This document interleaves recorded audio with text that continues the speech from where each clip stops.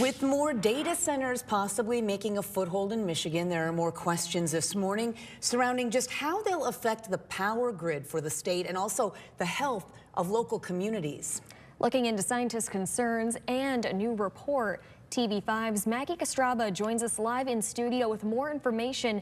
Maggie, what should we know about these data centers?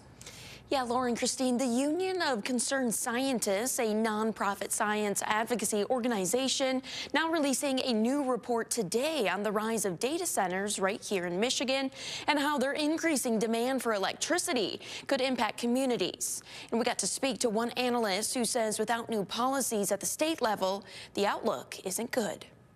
Our concern is that the increase in energy consumption from these data centers, if that is mostly met with increased combustion of fossil gas or even construction of new fossil gas power plants, that is going to result in increased pollution, increased emissions of heat trapping gases, which will lead to climate change, which will lead to an increase in respiratory diseases and illness and even death in some cases.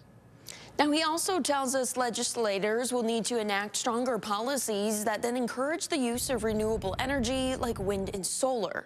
And according to UCS, data centers could account for more than 40% of electricity demand by year 2030. Now, that growth could cost people living across the state over $18 billion over 25 years. And we recommend a policy where all those additional costs caused by data centers are paid for directly by the data centers to ensure that those costs are not passed on to the rest of us. UCS also tells us there's a need for new policies to increase transparency among data centers and utilities as they plan to meet demand. Stay with TV5 as we continue to follow this developing story. For now, I'm Maggie Castraba. Lauren, back to you.